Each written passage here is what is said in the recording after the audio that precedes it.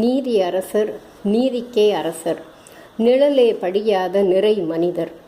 பாதிப்பேருக்கு இவர் சிம்ம சொப்பனம், என்போல் பாதிப்பேருக்கு இவர் சிம்ம சொப்பனம்.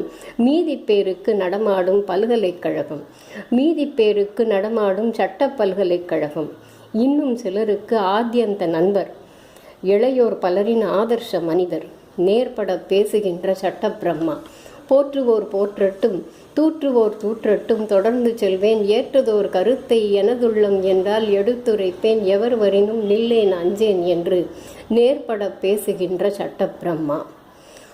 முதலாய் மழலை வழக்கறிஞராய் நீதிமன்றம் 9 கல்வித்துறை வழக்குகளை சுமந்து கொண்டு ஒரு கண்ணில் அச்சமும் மறுகண்ணில் வியப்புமாய் நுழைந்தபோது, பச்சை நூல் படிவாக தைக்க வேண்டும், கழுத்து பட்டியையும் மிடுக்காக அணிய வேண்டும், வழக்கின் பக்கங்களின் இண்டு இடுக்கெல்லாம் படிக்க வேண்டும், பத்திவாரி குறிப்புகள் எடுக்க வேண்டும், சட்ட வினா நடப்பு வினா விடை தெரிய வேண்டும், வெட்டிக்கதை பேசி நீதிமன்ற நேரத்தை வீணடிக்காமல் சட்டனவே வழக்கின் சாரம் உரைக்க வேண்டும். இன்னும் பல அறிவுரைகள், ஏற்றமிகு எடுத்துக்காட்டுக்கள், இலக்கணங்கள். அரசு வழக்கறிஞர் அலுவலகம் திரும்பியதும் நாங்கள் எடுத்த ஒரே உறுதிமொழி, ஒரு வழக்கையாவது நீதியரசரின் முன்பாக நிறைவாக பேசி பாராட்டு வாங்க வேண்டும்.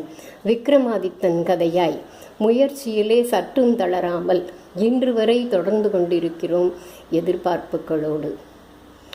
நாளும் உயர்த்தப்படும் தாண்டளவுகோலாக, நாளும் உயர்த்தப்படும் தாண்டு அளவுகோலாக, தூக்க மருந்தினை போலல்லாமல் நோய் தீர்க்கும் மருந்தாக, கண்ணிலே வழிந்தோடும் சின்னதொரு சிரிப்பு இவரின் அதிகபட்ச பாராட்டு. இவருக்கு பிடிக்காத விஷயங்களை நிறைய செய்து கொண்டிருக்கிறோம். இன்று வரை புகழே விரும்பாத இவரை புகழ்ந்து கொண்டிருக்கிறோம்.